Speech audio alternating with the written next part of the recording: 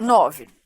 O termo Constituição pode ser definido a partir de 3 acepções: sentido sociológico, sentido político e sentido jurídico. Sabendo disso, julgue os itens a seguir. 1. Valendo-se do sentido sociológico, Ferdinand Lassalle defendeu que uma Constituição só seria legítima se representasse o efetivo poder social, refletindo as forças sociais que constituem o poder. Caso contrário, ela seria ilegítima, caracterizando-se como uma simples folha de papel. Meus amigos, olhem para mim. Tá certo ou tá errado? Com base no que nós já falamos nos vídeos anteriores, como que a gente conversou por agora, certo ou não? Ora, Lassalle realmente foi o idealizador do sentido sociológico de Constituição. O que é o sentido sociológico? Constituição não é lei, igual diz Kelsen. Não é um documento escrito, como disse o Kelsen. A Constituição é fator de poder, sendo o fator de poder, neste caso aqui, o somatório dos fatores reais atuantes dentro do Estado. É um reflexo social, como nós estudamos.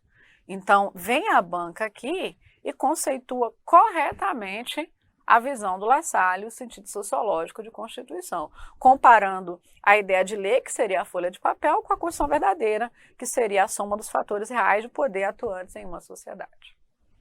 Conseguiu acertar? Espero que sim. Vamos lá. 2. Na lição de Carl Schmitt, segundo o sentido político, Constituição é considerada norma pura. Opa! Aí não. Norma pura não. Você bateu o olho e enxergou aqui isso? Norma pura, acendeu a luz, ó, de alerta. Norma pura é o pensamento de Kelsen, é o sentido jurídico. Puro deve ser, sem qualquer pretensão à fundamentação sociológica, política ou filosófica. Não, esse pensamento é o pensamento de Hans Kelsen, não é do Lassalle, não é o sentido político, é o sentido jurídico, normativo de Constituição. Então a 2 está errada. 3. Hans Kelsen é o representante do sentido político de Constituição. Já está errado. Política é Carl Schmitt. Hans Kelsen é o sentido jurídico, que distingue Constituição de lei constitucional. Realmente o sentido político faz isso. Só se refere à decisão política fundamental, estrutura e órgãos do Estado, direitos individuais, vida democrática, etc. As leis constitucionais seriam os demais dispositivos inseridos no texto do documento constitucional. Esse conceito que ele está trabalhando é um conceito político, realmente. Só que quem defendeu esse conceito político foi o Carl Schmitt, como nós já sabemos bem. Assinale a alternativa correta. Letra A. As assertivas 2 e 3, isso aí, 2 e 3 são falsas. Então, já temos a nossa assertiva, que é a letra A. Vejamos. Assinale a alternativa correta acerca dos conceitos de Constituição nos sentidos atribuídos por Ferdinand Lassalle, que é o sentido sociológico, Carl Schmitt, sentido político, e Hans Kelsen, sentido jurídico. Aí ele diz lá, letra A, em sentido sociológico, Constituição é norma fundamental hipotética. Norma fundamental hipotética é um dos campos de fundamentação de quem? De Kelsen, no sentido jurídico de Constituição. Então, errado. Em sentido puramente normativo é o sentido jurídico, tá? Normativo, jurídico é a mesma coisa. Constituição é a soma dos fatores reais de poder. Aí não é no sentido normativo que a Constituição é a soma dos fatores reais de poder. É no sentido, então, sociológico. Se em sentido político, Constituição é a soma dos fatores reais de poder, errado. No sentido político, Constituição é uma decisão política. Em sentido puramente normativo, Constituição é a decisão política fundamental. Tá vendo? Todas as bancas trabalham da mesma ideia, assim. E por último, em sentido sociológico, Constituição é a soma dos reais fatores de poder. E isso aqui é correto, conforme o que a gente já pontuou. Beleza? E aí? Estão sabendo de tudo? Estão entendendo? Então, é não amarelar, tá? Eu sei que a matéria é bem teórica, mas a gente vai devagarzinho construindo as bases do nosso pensamento aqui. Daqui a pouco vocês vão deslanchar. No geral, os meus alunos são muito bons na parte de teoria da Constituição. E isso é um prazer para mim, para eu falar. Porque é uma matéria que eu gosto de explicar, embora não seja uma matéria popular, eu adoro explicar.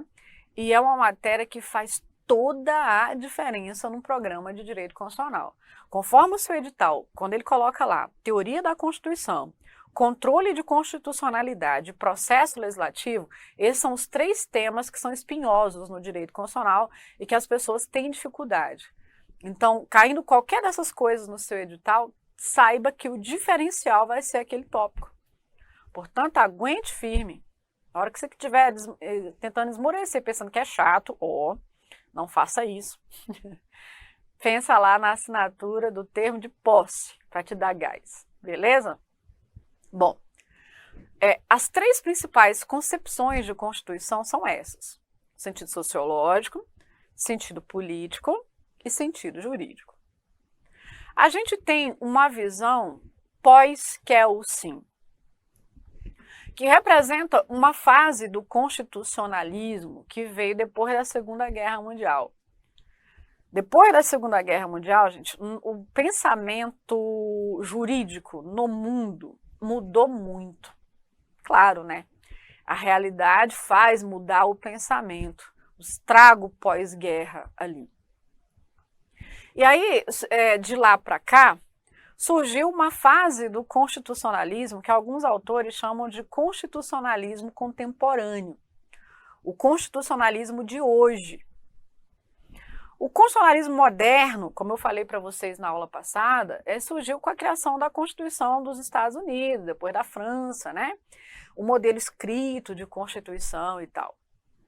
E isso caminhou até a Segunda Guerra Mundial. Mais ou menos esse é o período dessa fase do constitucionalismo. De lá para cá, embora não seja consenso, alguns autores defendem uma visão pós-positivista, que seria fruto desse constitucionalismo de hoje, contemporâneo. E o que você quer dizer com isso, professora? Então, preste bastante atenção. Quando a gente fala, voltando aqui um pouquinho, só para a gente poder fazer a anotação, esse é o pensamento de Kelsen, é o sentido jurídico de Constituição, partindo da ideia de um positivismo, né? O Kelsen é um dos pais do positivismo. Ou seja, trabalhando a ideia de Constituição como lei, como norma escrita, né? E fala-se hoje num sentido pós-Kelsen, que seria um sentido pós-positivista. Esse sentido pós-positivista, como representa o constitucionalismo da atualidade, a gente não tem aqui um autor só que vai trabalhar com esse pós-positivismo, não.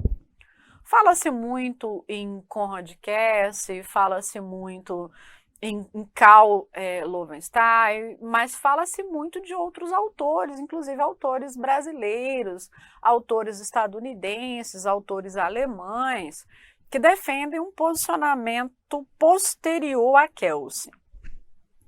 E eu vou comentar isso com você, porque eu vou precisar disso quando a gente for estudar poder constituinte, que vocês tenham mais ou menos esse pensamento.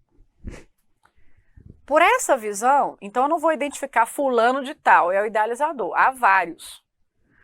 Eu sei que, a depender do material que você pegar para ler, vai a pessoa colocar o sentido pós-positivista de Karl Loewenstein. E eu não vou colocar. O que eu estou lendo está errado? Não está errado. Mas é porque a gente tem, como é uma coisa contemporânea, nós temos vários autores defendendo essa forma de pensar. Então eu quero que vocês guardem como forma de pensar. E não propriamente aquilo que eu vim trabalhando, os conceitos iniciais, ideia de fulano ou beltrano, tá? Isso porque eu me lembro de uma questão que caiu aqui num concurso do Distrito Federal, a prova foi uma prova da IADES. IADES é terror e pânico, né, gente? Prova para agente penitenciário. E a banca, não tem nada mais o que cobrar, foi cobrar o sentido de Constituição defendido por Marcelo Neves. E eu achei interessante, eu nunca esqueci dessa questão, por conta de muitos alunos meus que tiveram dúvida na questão. E muitos erraram, inclusive, por isso que eu fiquei chateada e não esqueci mais. Observe que ele falava em Marcelo Neves e ele trabalhava uma ideia de uma constituição simbólica e que a gente tinha estudado. Os meninos sabiam o que era aquilo. Inclusive, alguns que vieram conversar falaram. Então, eu vi que eles sabiam. Entretanto, eles nunca tinham ouvido falar no tal do Marcelo Neves. E porque eles associaram a um conceito que eles conheciam, mas nunca tinham ouvido falar naquela pessoa, erraram. O senhor também nunca ouviu falar nesse cara aí, não, né? Pois é um jurista, professor da UNB, aqui da Universidade de Brasília. E é adepto dessa concepção pós-positivista, de uma forma de pensar. Vocês, quem já vem estudando, já ouviu a expressão neoconstitucionalismo, né? Nós também estudaremos em momento oportuno. Que é um pensamento posterior ao sentido positivista, e que é pensamento de vários autores. Então, eu só quero que você guarde a ideia e não personifique propriamente a ideia. Combinado? Então, beleza. O que é essa visão pós-Kelsen? No sentido pós-positivista, não se tem o propósito de negar o pensamento de Kelsen, não. Não é uma negativa. Aqui, a Constituição é a lei suprema do Estado também. Então, olha a ideia de hierarquia, está tudo aqui. É a lei suprema do Estado, é o fundamento de validade do ordenamento jurídico, tá? A gente não quer negar o pensamento de Kelsen. O ponto é que, por essa visão, a Constituição não é norma pura. Cumpra-se, independente de conteúdo, de como foi feita, de ideologia, né? Não é assim. Mas o ponto central aqui é que a Constituição é a lei suprema do Estado, mas deve apresentar correspondência com a realidade. Esse pensamento até deu origem a uma das classificações de Constituição que nós vamos estudar. Professora, o que é isso? Apresentar correspondência com a realidade. Então, veja só, a Constituição não é norma pura, não é simplesmente a ideia do cumpra-se. Aqui a visão é de que há uma aproximação entre direito e ética.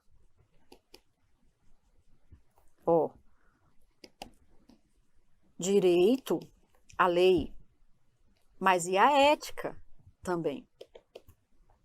Há uma aproximação entre direito e justiça, uma vez que nem sempre as leis são justas. Então, a gente não vem simplesmente falar assim, é a lei maior, é norma pura, na visão de Kelsen. Cumpra-se a Constituição, independente do que nela constar, de como que ela foi feita. Foi uma Constituição imposta, mas cumpra-se. É uma Constituição que afronta direitos humanos, mas cumpra-se. Então, essa visão contemporânea busca trazer a ideia de que a Constituição é de fato a lei maior, ela é o fundamento de validade do ordenamento jurídico, mas ela deve ser considerada maior quando legitimamente criada, ou seja, quando feita por um processo democrático, feita por representantes do povo, porque ela precisa retratar a vontade do próprio povo, e a vontade do próprio povo advém de liberdade sempre. Então, se de liberdade, eu não posso ter um regime totalitário, o regime precisa ser democrático. A Constituição tem que ser feita por representantes do povo. Eu preciso ter um texto eclético que admite a convivência de ideologias opostas. É preciso ter liberdade, é preciso respeitar direitos fundamentais. A Constituição cumpre tudo isso? Foi feita por representantes do povo? Retrata direitos fundamentais? traz um modelo democrático, então beleza, cumpra-se a Constituição, que é a lei maior do Estado. Então não é simplesmente vale a lei e acabou, vamos aproximar o direito à lei da ética, o direito da justiça. As leis nem sempre são justas e nós queremos justiça e nós queremos adequação com a realidade também. O direito, anote isso, o direito é dinâmico. O direito não é estático, eu crio uma norma jurídica aqui e aquilo fica para sempre. Não, porque as pessoas não são iguais para sempre. Nós mudamos a nossa maneira de ser, nós mudamos a nossa maneira de pensar e as leis, inclusive as leis supremas, precisam acompanhar essa realidade, não pode ficar lá atrás desassociada da realidade. E isso vale tanto quando da criação da Constituição, esse pensamento, quando também da atualização do texto constitucional, quando a gente emenda a Constituição, acrescenta alguma coisa, tira alguma coisa, para uma adequação de realidade, quando também influencia na interpretação das próprias normas constitucionais. O direito é dinâmico. Deixe-me contar algo para vocês. Artigo 226 da Constituição Federal. Anota para depois você dar uma conferida, tá? 226 define o que é família. E o texto diz que família é a união de homem e mulher. Então o texto diz claramente assim, homem e mulher.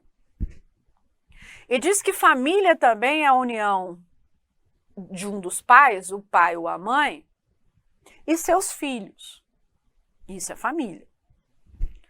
Você sabia que o texto constitucional foi colocado dessa forma, que a família é composta de homem e mulher, e que a família também é formada por um dos pais, qualquer deles, e seus filhos? Você sabe por que a Assembleia Constituinte fez essa redação? Deixe-me contar. O objetivo foi amparar as mulheres. Porque até então havia um estigma em relação ao papel feminino na sociedade, que vinha já mudando com o tempo, e a Assembleia Constituinte quis consolidar isso por meio do texto constitucional. E colocou lá que a mãe, entre aspas, a mãe solteira com o seu filho, constitui uma família também. O que era o estigma social? E a mulher divorciou, mal vista na sociedade, divorciou, agora ela é sozinha, agora ela que quer estabelecer todas as regras, que quer mandar. E não, ela não é divorciada não, ela nunca nem casou. Nossa, engravidou sem casar, que escândalo, mãe solteira. Não tinha esse estigma? Talvez vocês mais novinhos aí que estão assistindo a aula estão pensando, essa professora está falando de que mundo, né? Pois é só falar com os pais de vocês, com os avós aí dos mais jovens. Às vezes a mulher, quando engravidava sem casar, ela era até expulsa de casa, porque era uma vergonha para a família. Pois muito bem, o texto constitucional veio corrigir essa distorção e tirar o estigma trazido para a mulher que tinha filho e que não era mais casada, porque divorciou ou porque nunca casou, era mãe solteira. Então ela constitui família, e a família é composta de homem e mulher, dos dois. Não é só o homem e a mulher que passam a ter os mesmos direitos na família. Então, e a gente muda uma expressão que até então era muito utilizada, que era o pátrio poder, para falarmos de poder familiar. Tem outra concepção de família, entende? Porque a sociedade mudou e o texto constitucional reproduziu isso. O direito é dinâmico, precisa associar o direito e a justiça. Aí vamos continuar nesse texto aí. E eu quero que você escute com atenção o que eu vou falar, para você entender, embora você esteja livre para discordar, mas precisa entender o argumento, para a prova inclusive. É o seguinte, com base no mesmo texto do artigo 226, o Supremo Tribunal Federal deu o atual Código Civil criado já depois da Constituição de 88, o que a gente chama de interpretação conforme à Constituição, para dizer que o texto do Código Civil que proíbe a união estável entre homens e homens e mulheres é inconstitucional. Mas como que é inconstitucional? Isso é um ponto que as pessoas não entendem. Se a própria Constituição diz que família é formada por homem e mulher, o contexto do homem e mulher é esse que eu estou te falando. Era igualar a mulher no contexto familiar. Agora, o que é a realidade no Brasil, no ano de 2021? Na sociedade brasileira, há pessoas do mesmo sexo que têm um relacionamento afetivo e esse relacionamento é duradouro. Há pessoas do mesmo sexo que têm um relacionamento afetivo com o objetivo de constituir família. Sim, há várias pessoas. Então, o Estado percebe a realidade. A realidade é essa. Esse é um fato na sociedade. Então, eu interpreto as normas jurídicas a partir da realidade, aproximando o direito da justiça. E aí vem o Supremo e diz, não, quando a lei nega, ela é inconstitucional porque ela fere a ideia de igualdade. E traz o sentido do artigo 226 e diz que o que está lá é um exemplo.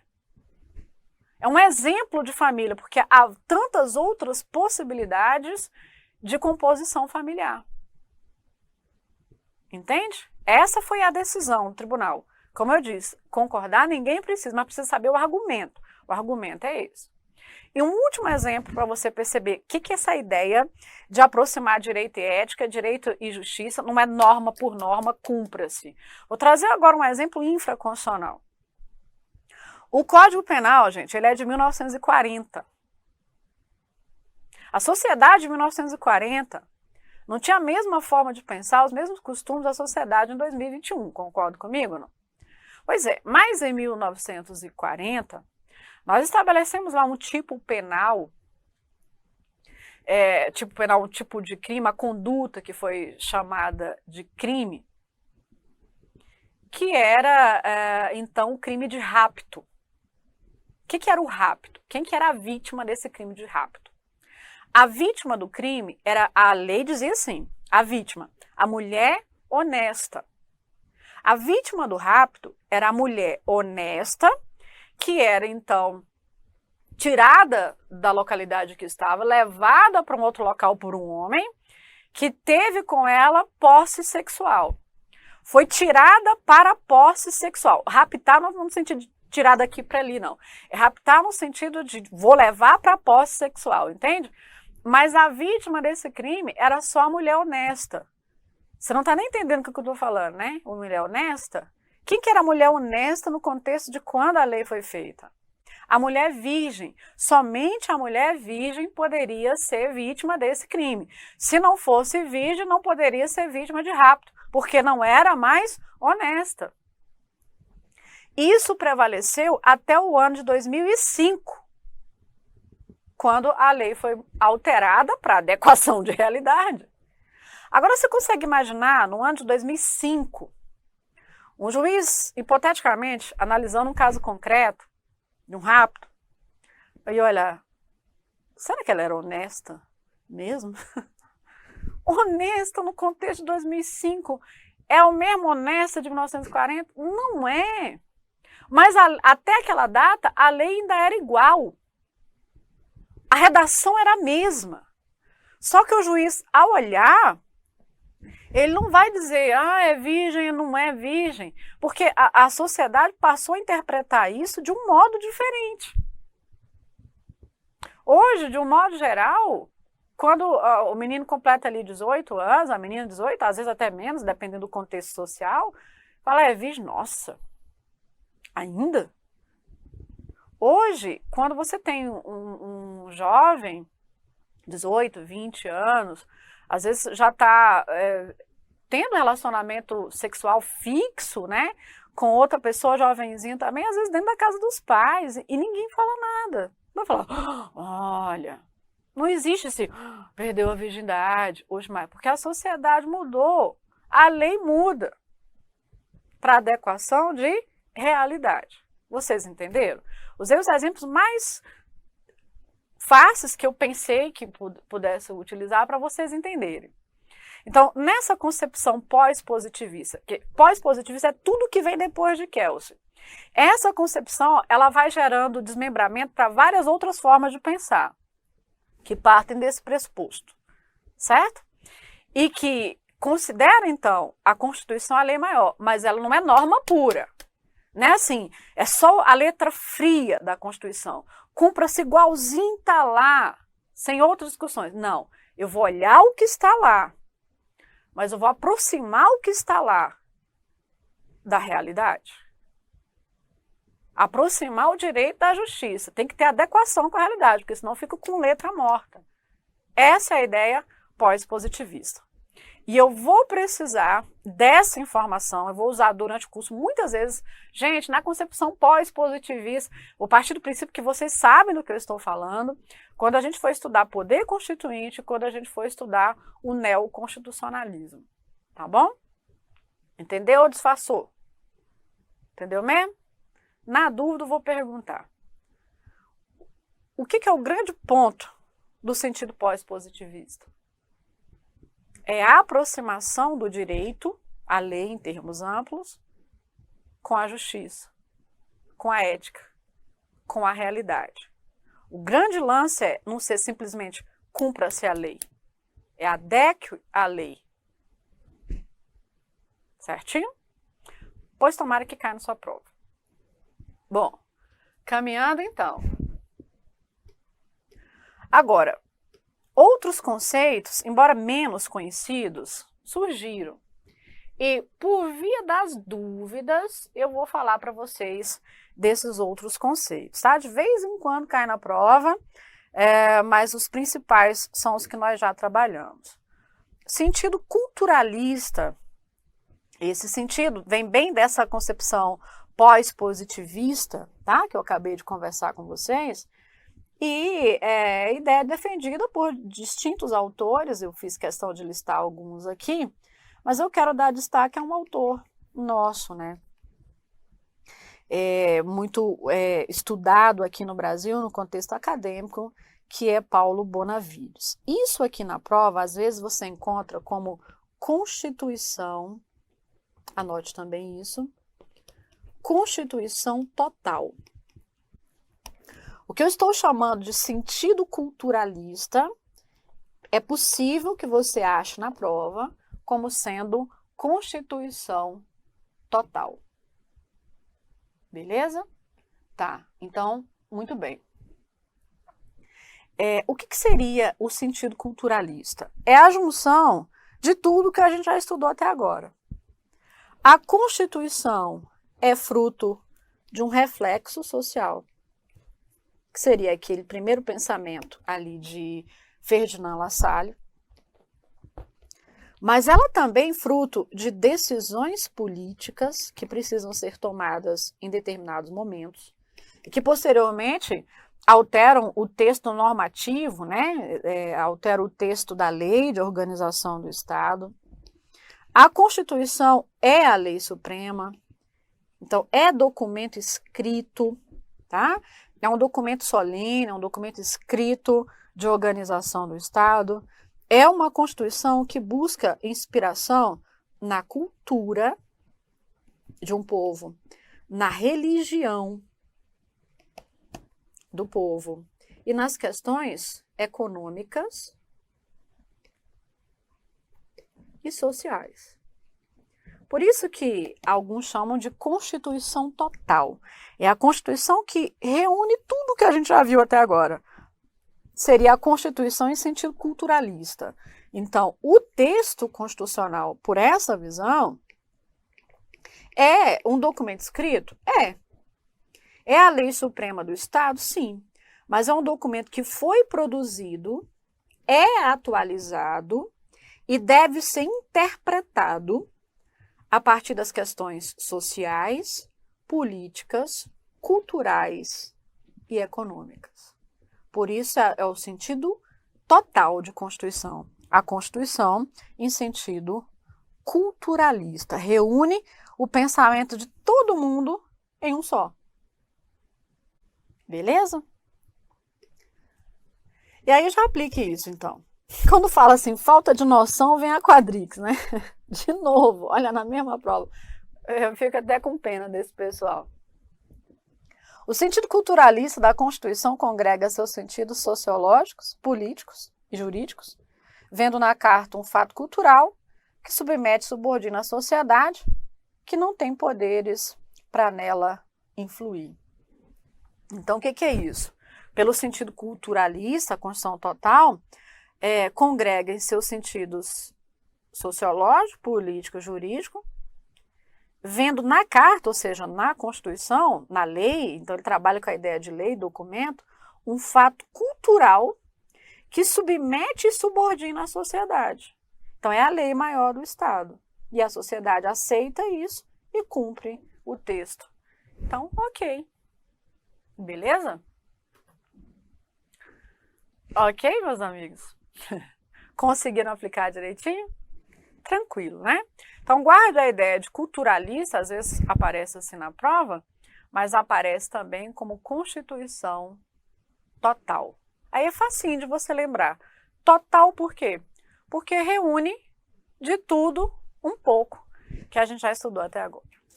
Provavelmente vocês já estão assim, ok, professora, mas e daí? Você falou de tanta coisa pra gente.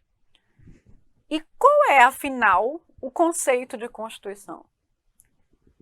Então, gente, não existe um conceito certo e um conceito errado de Constituição. São conceitos diferentes, a partir de visões, formas de pensar diferentes que a gente tem no Estado. Agora, a gente vai trabalhar aqui no nosso curso uma perspectiva jurídica de Constituição.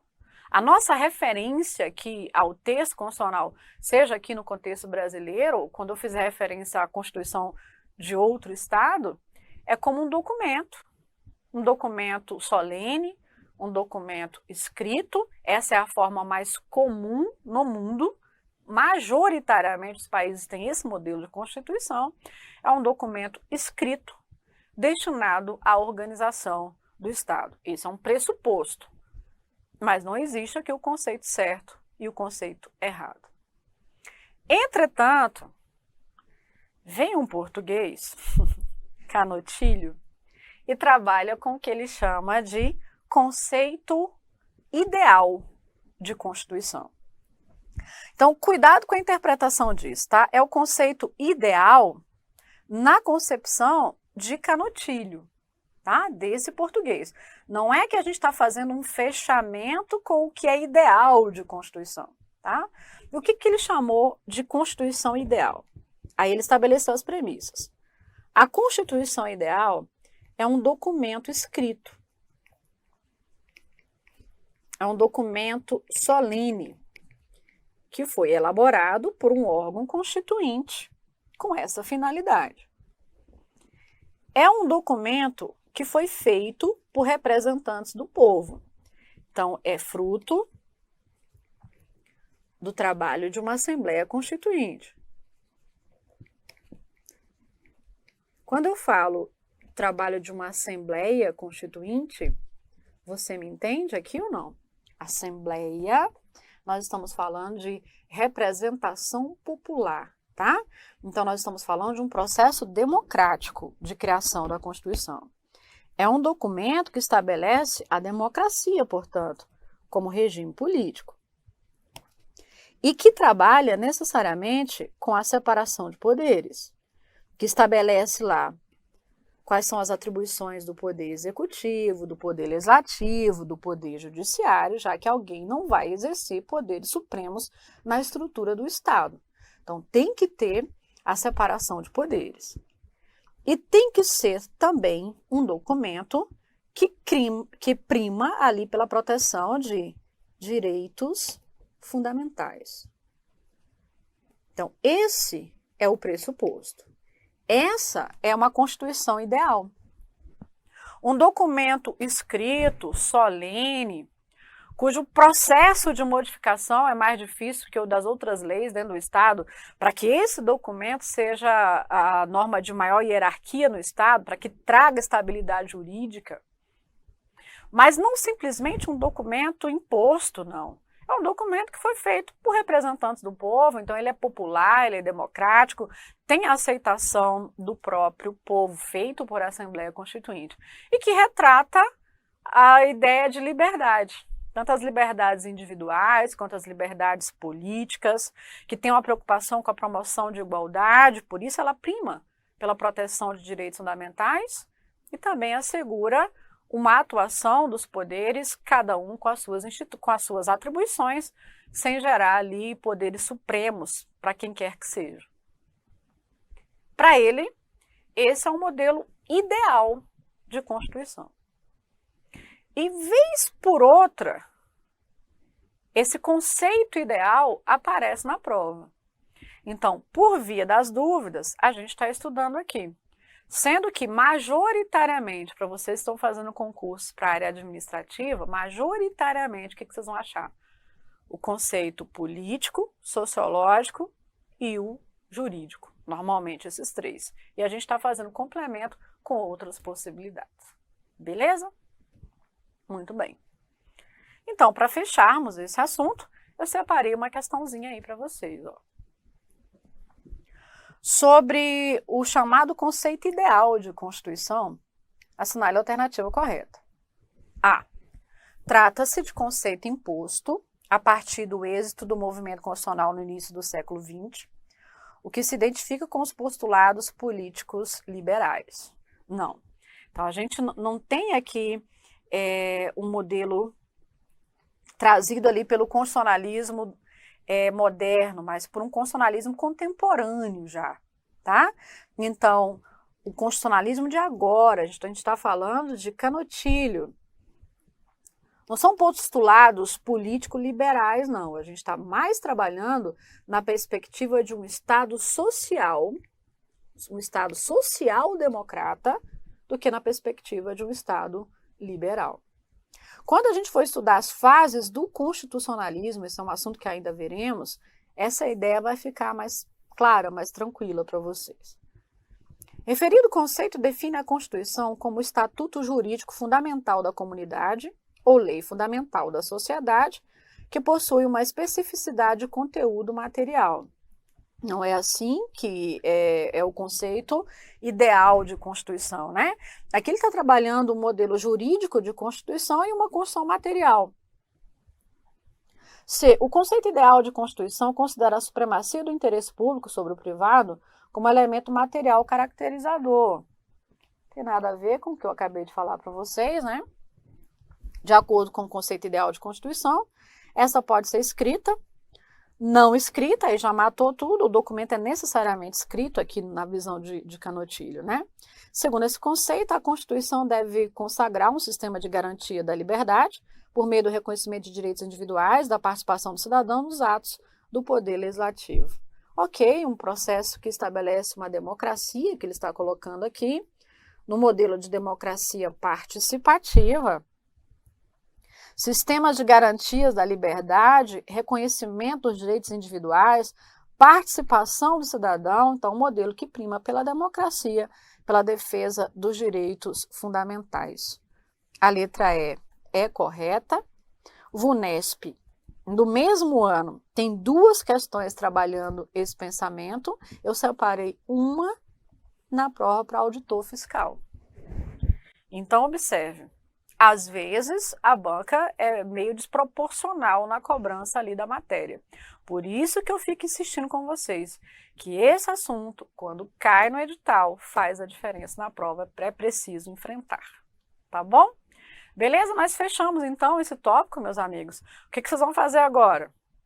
Vocês devem revisar as anotações do caderno, vocês devem pegar o PDF de vocês, fazer a leitura também, vai ficar bem mais acessível o texto. E depois, o principal, treinar. Precisam fazer exercícios. Então, acessem ao nosso sistema de questões, tá? Vocês vão colocar lá pelo assunto, não importa a banca nem o ano. Pode até fazer questão antiga sobre isso aqui. Coloca lá, conceitos de Constituição, que é o tópico que nós encerramos agora. E façam lá várias questões. Eu gostaria que vocês treinassem fazendo ali pelo menos umas 50 questões sobre esse tema. Eu ouvi um oba do outro lado? Treina. Porque vocês vão ter facilidade em algumas questões, vão ter dificuldade em outra, por exemplo, como essa, que depende muito de você estar acostumado com o direito, para começar a interpretar até a linguagem, a forma de cobrança. A prova desse assunto ela é muito interpretativa e isso vocês precisam treinar devagarzinho. Olhe para mim, olha a professora se metendo na vida de vocês. O segredo para passar mais rápido no concurso é treinar. Treinar. Enquanto você estiver me ouvindo, você pode falar assim, entendi tudo o que ela disse, mas você acompanhou o meu pensamento. Quando você leu o PDF, você acompanhou o pensamento do professor Ricardo, da professora Nádia, e você pode ter entendido toda aquela construção. Mas quando você descobre que entendeu mesmo, quando você formula o seu próprio pensamento, é quando você vai aplicar no exercício. Aí que você percebe se você entendeu ou não entendeu.